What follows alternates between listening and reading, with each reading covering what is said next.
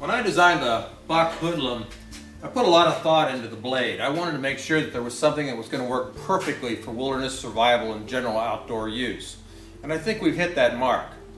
But there's two parts to any kind of a blade system. And I really call it a system because there's the knife and then there's the sheath. Obviously this isn't a Buck Hoodlum. See, the knife does all the hard work out there. But the fact is, and I've learned this over the years through my experience and the experience of my students, that once in a while people lose their knife. And that's a real bummer. But one of the things that we know, and I know some personal experiences, I've got a lot of extra sheaths. That's because we don't lose our sheaths. So I wanted to put a lot of time into how this sheath is going to be constructed. And in order to do that, we made a number of different models. We made one thing certain on each of the models, and that's that it has a little bag of some sort, a little a space, well, I don't know what you want to call it, pocket. Yeah, it's a pocket, that's what it is. A pocket on the front of the sheath. So you could put a survival kit in there and maybe a little backup knife of some kind. So I went through a number of different designs and features and construction things and so forth, and ultimately what we ended up with is the Buck Hoodlum Sheath. And with the help of the engineers over at Buck, I was able to put something together that really works. Now let me show you some of the features of this Buck sheath. And it's not just a sheath, it's a system.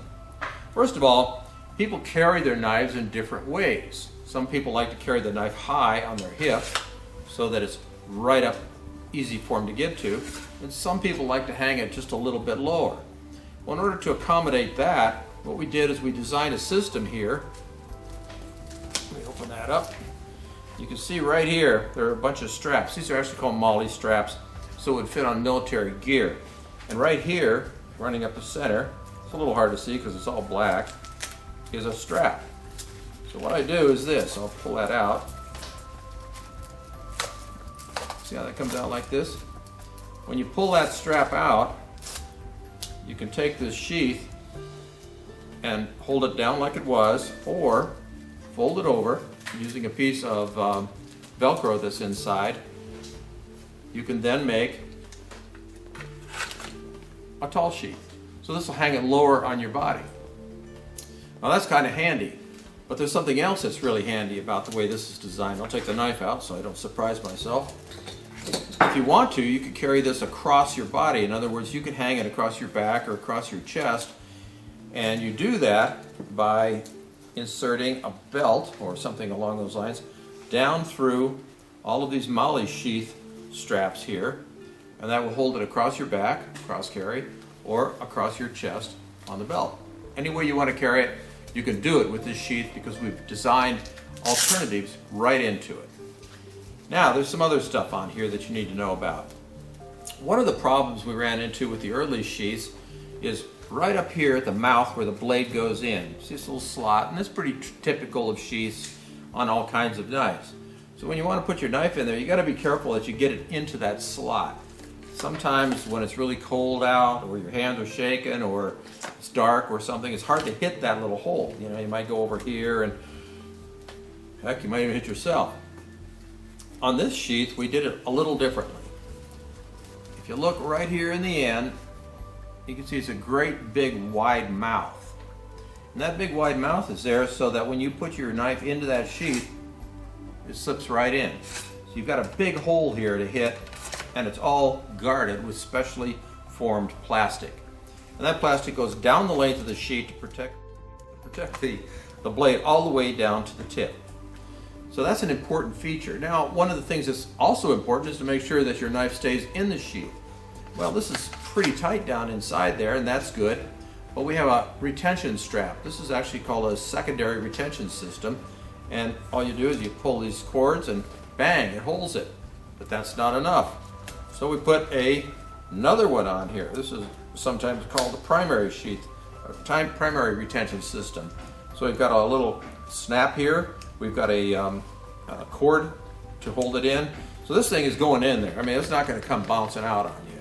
If you're on horseback or on a four-wheeler or hiking or whatever, this knife is going to stay in there. That's in there for good.